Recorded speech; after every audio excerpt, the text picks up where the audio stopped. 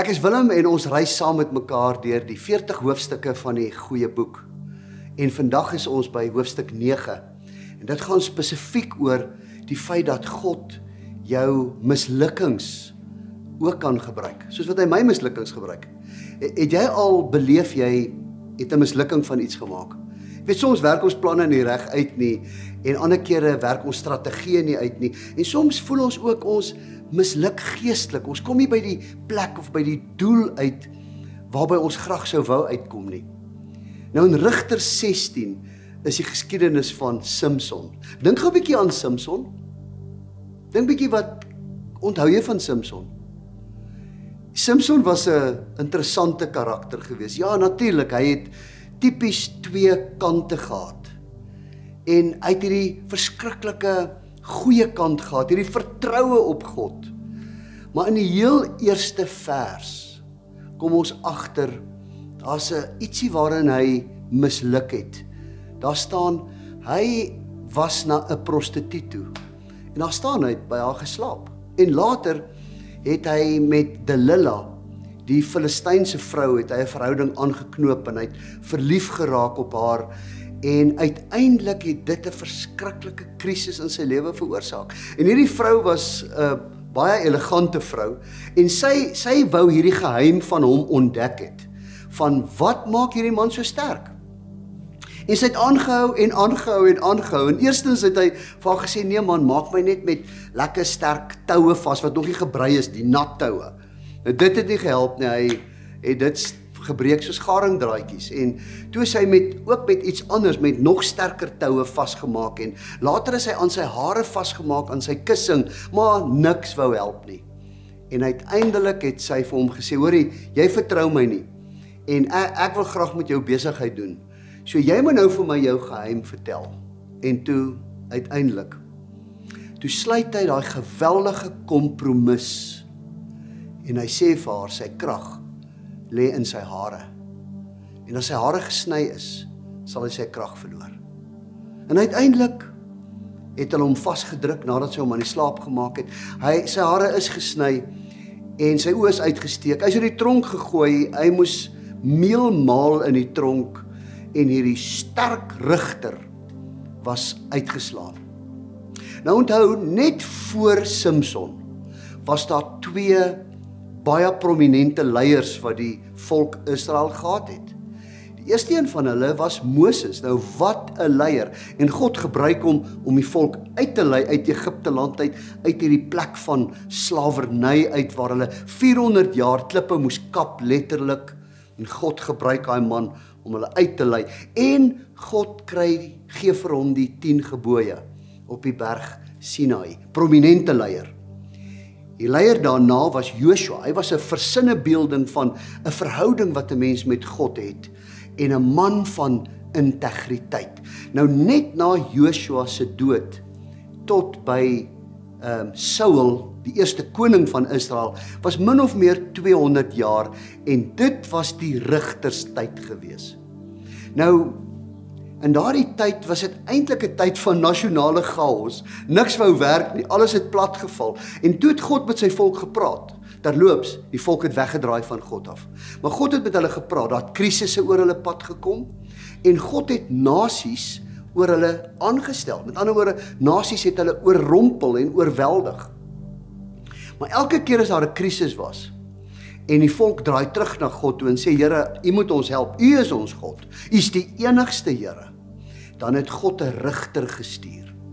So 'n rigter was iemand wat militêre mag gehad het, iemand wat politieke gesag gehad het, maar ook iemand wat geestelike autoriteit gehad het. So is amper soos 'n superheld gewees, wat moes kom help, wat moes kom uitsluitsel gee, wat moes kom oplossings gee. En in hierdie tyd was daar 12 van sulke leiers gewees, 12 rigters. En interessant, die getal 12 in die Bybel is 'n belangrike getal, né? Daar was 12 stamme van Israel, daar was 12 disippels. So asof God wil kom sê, ek is die God wat help, ek is die God wat versorg, ek is die God wat kies. So dit sê, God het jou ook gekies vir 'n tyd soos hierdie, al beleef jy miskien 'n mislukking in jou lewe. Een van daardie 12 was 'n vrou gewees, haar naam was Deborah. En ons lees haar naam raak in Rigters 5. En dit wat sy geskryf het, kan 'n mens eintlik vertaal as dit was die eerste of een van die eerste gedigte in die Bybel. Sterk vrou met leierseienskappe wat die volk op 'n baie dinamiese manier gelei het. Maar terug na Samson. Hy was sterk en hy was swak. Hoekom was hy swak?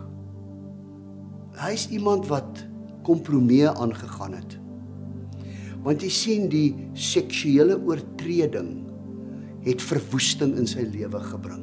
En dit is so, God gee vir ons die seksuele as 'n geskenk van hom, wat ons reg binne die huwelik moet gebruik. Maar as dit verkeerd gebruik, dan kan dit tot verwoesting lei, soos in Samson se lewe.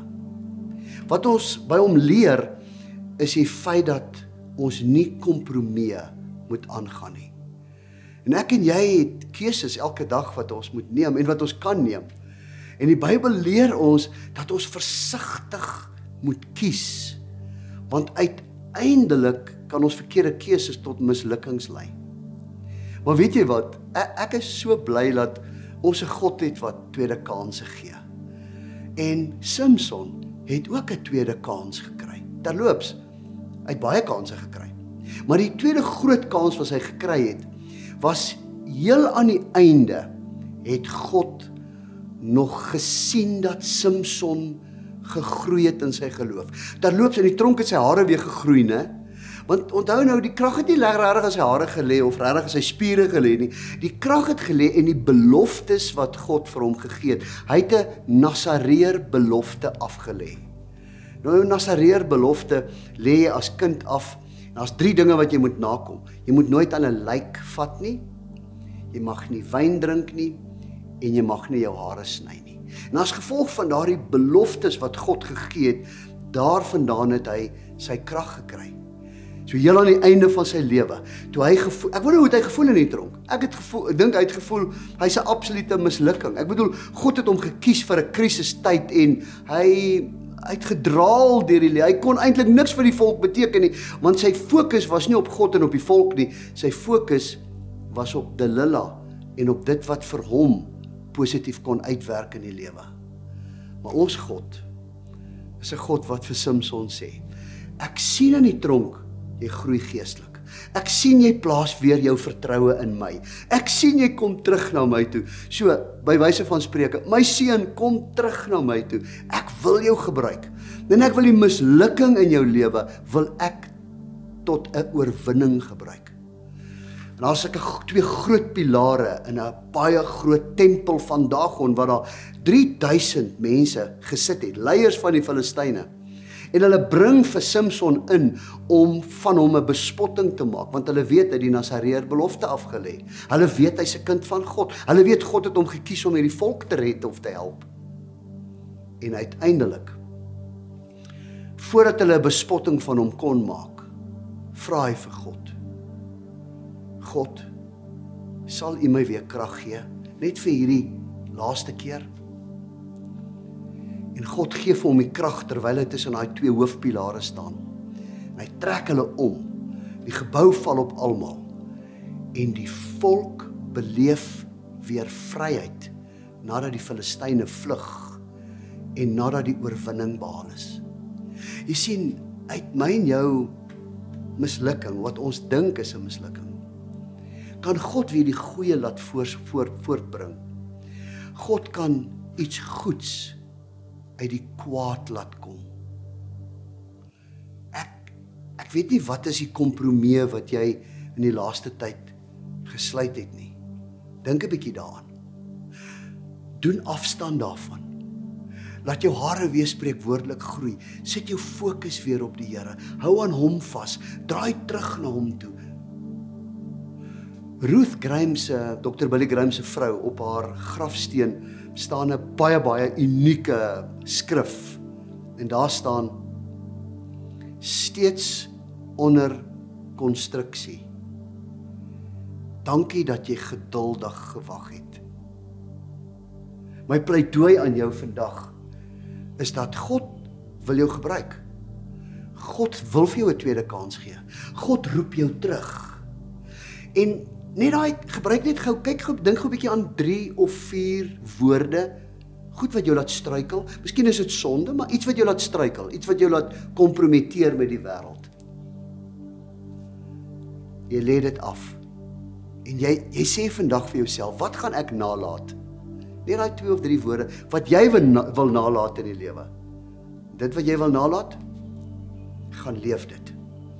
Samson, God kan jou mislukkings ook gebruik.